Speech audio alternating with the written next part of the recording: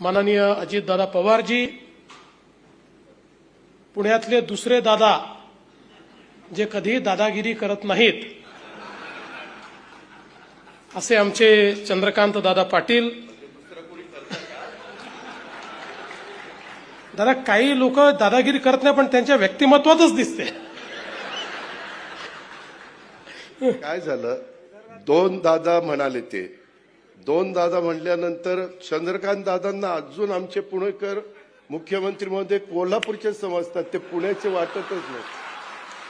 ही सगळे काय अडचण आहे, त्याच्यात जरा तुम्ही लक्ष घाला हो देवेंद्रजी. तुम्ही सगळीकडे लक्ष घालता, इथंच लक्ष घालत नाही. माझ्या आधी ते पालकमंत्री होते.